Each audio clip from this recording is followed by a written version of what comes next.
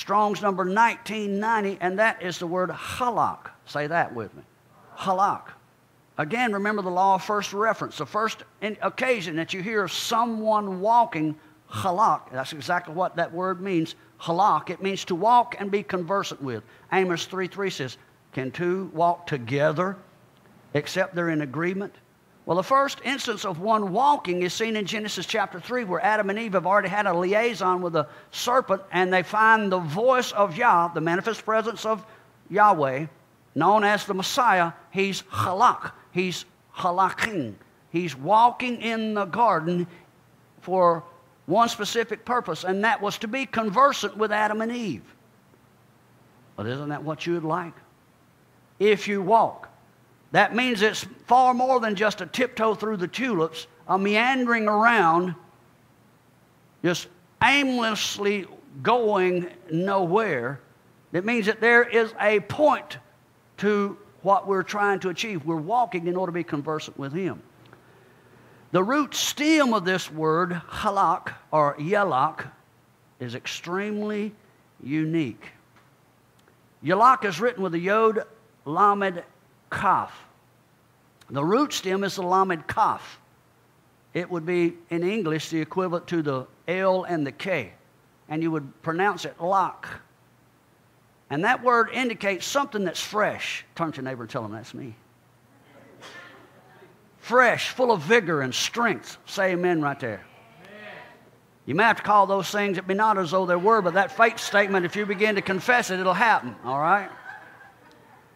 It can also infer to moisten, to be dampened. As soon as, now see, while I'm studying the word, I hear these particular definitions, and I'm already connecting them with other things, moistened and dampened. I'm thinking, man, I'm being watered with the word. You follow me? Well, that two-letter root stem, lak, lamed kaf, is the root stem of another word that you were familiar with. As a matter of fact, you said it yourself this evening while we were back in the back breaking the challah bread, and we were talking about Beit Lechem, Bethlehem, and we were mentioning the bread, which in Hebrew is the word lechem. Beit Lechem, Bethlehem is the house of bread. Well, the root word of lechem is that word lak, again meaning bread. And if you attach that yod prefix to the front of the word yalak, yod lamed kaf, it means the yod infers I will. And so basically the message that's being conveyed in this one word, yalak. Now this is Father telling you, if you walk, the message that's being conveyed here is far more profound than what you can see in the King James English. Let me break it down for you. If you will walk in my statutes, then I will give you vigor and strength from fresh bread and living water. When He tells you, if you walk in my statutes and keep my commandments, there is a qualifying promise there. The moment that you initiate the relationship and step out to walk, He will immediately begin to give you vigor and strength to finish the task. And your vigor and your strength will come from fresh bread and living water. Reminds me of Isaiah 1:19 when he says, if you're willing and obedient, you'll eat of the good of the land. Can you say amen? Well, while I was looking at that particular definition of lak, lechem, bread, vigor, strength, I was reminded of Deuteronomy 8:3 and also Luke 4 verse 4 when Yeshua is encountered by Satan and he's tempted to turn the stones into bread, and Yeshua says, man doesn't live by bread alone, but by every word that proceeds out of the mouth of Yah. Now remember this, what did the serpent tempt him to do? To turn the stones into bread. Who was Yeshua? He was the tablets of stone made flesh. Are you with me?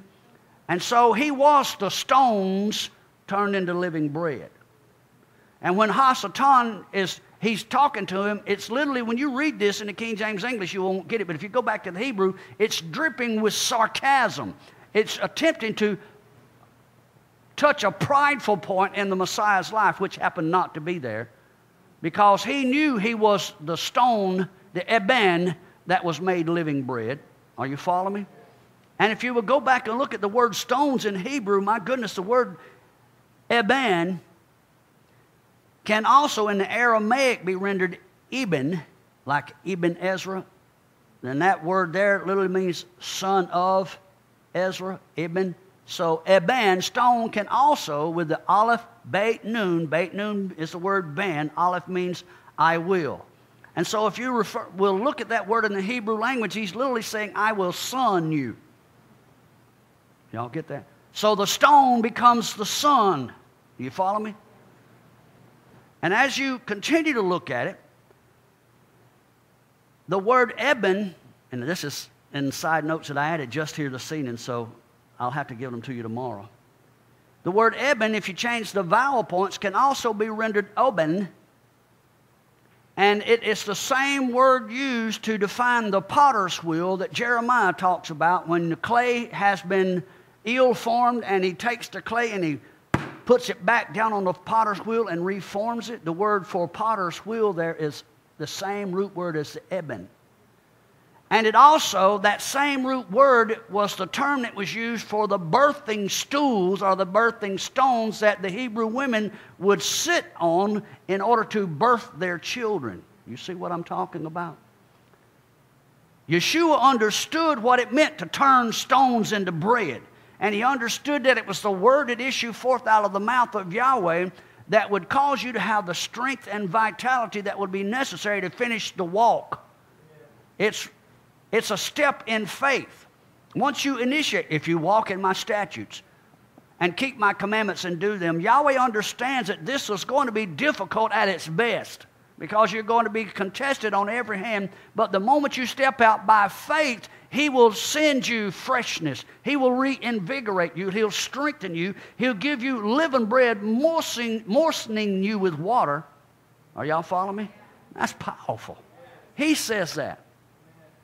Well, I don't know if I want to go back under the law. Well, if you don't want living bread and fresh water, no wonder you got that stagnant stuff you've been wallowing around in. Hello? The next phrase, if you walk, followed by in my statutes. This phrase is rendered in the Hebrew, im bechoti. The root of it is the word chukot, or chukah, Strong's number 2708. Now remember, whenever you see a hyphen in the Hebrew, it connects the two words, and literally the two are considered one. Are you following me? Well, what I want you to focus on to begin with is that Hebrew particle, the aleph and mem, right at the front of it. Can y'all see it up there? Right by the number 2708, the aleph mem. The vowel point on here renders it with an E sound like im. But it happens to be the same Hebrew word, change the vowel points, as the word for mother, im. Are y'all listening? Well, when you attach it by a hyphen to a word, it becomes a particle then that means if or when or whenever. But when it becomes the word im, it means one who is with child. Pay attention now, because we're talking about walking with him. We've just been talking about the birthing stools, the stones that turned to bread, walking in the statutes and receiving fresh bread, fresh manna, being reinvigorated. Now you understand why the dead womb of Sarah was made alive again. I like Sarah. Sarah says, she's giggling. She's 90-something years old. Shall I have pleasure again with my husband? Think about that. She's using an intimate term, and I'm trying to be as delicate as I can with you. It had been a long time since they had exchanged that intimate pleasure with one another, evidently. And so you see the term, Yahweh takes that body that for all intents and purposes, she and Abraham herself, and reinvigorates them. You better be careful. There might be a lot of children birth after this teaching's over with. Say amen right there. Well, I'm not going to exercise my faith there. You shut up your mouth. Now, let's look at I know we have some delicate ears here. We'll just move right along. Y'all turn the air down if you get in trouble. The primary word I want to focus on here is hukah, which again means a statute and an ordinance, and it happens to be spelled the same as Strong's number 2707, or chakah, to cut, to carve, and engrave. Chakah. I read your mind, Aaron. Megan, excuse me. Shouldn't be putting that out over the airwaves. She's the shield.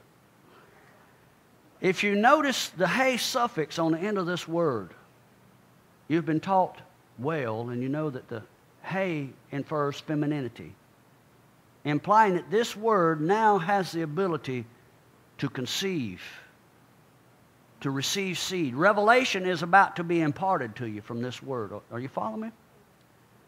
And so, once you look at that phrase, in my statutes, and break it down in the Hebrew language, it could tell you this: those who are in Yahweh's statutes will be engraved with His word, becoming a mother, producing seed. You hear what I said? That's exactly what happens. Now let me just break this down for those of you that are a little timid and bashful. Well, he's talking about us being impregnated by the word, and I'm just going to steer away from that. But let me just share this with you. You're going to be constantly hearing voices in the earth. There are many voices, and none of them without significance. The enemy's going to be speaking to you. Other individuals will be speaking to you. They'll either be speaking the word of Yah or the word of the enemy. There's nothing in the middle. And whatever word is spoken is just like living seed or dead seed. Are you following me? And so you're going to receive that seed, and you're going to conceive from it.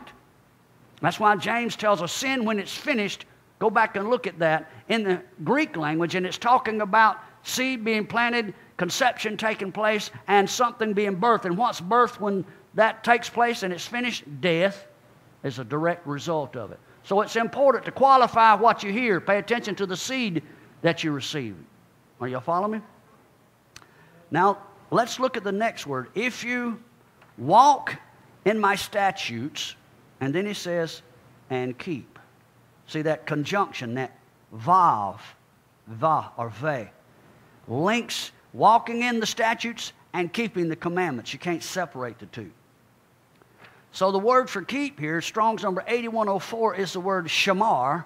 And of course, it's a verb that means to watch. You've heard this a number of times, but you're going to see it a little bit different tonight. It means to watch, to keep, to preserve, to guard. But again, let's look at the two-letter root stem, the mem resh. Do y'all see it up there? The mem resh? Sheen, mem resh. The mem resh is rendered mar in Hebrew, Strong's number 4751, and it's the word bitter. And you should remember the bitter waters of jealousy. Brittany's talked about it. She's taught on it. I've taught on it. We went round and around a number of times with it. And that bitter waters of jealousy was associated with an adulterous bride. She's offered that. If she's accused of adultery and she's guilty, then her belly and thigh rots out. Are you following me? Now, if you look at that Hebrew letter sheen attached to the mem resh, are you following me? The sheen infers a pictograph that is represented by a tooth, and it means to devour. So, if you will keep the Torah, it will devour bitterness rather than bitterness devouring you. The sages refer to the Messiah, the manifest presence of Yah, as the Memra. Same root letters, Mem Resh. Right there in the center.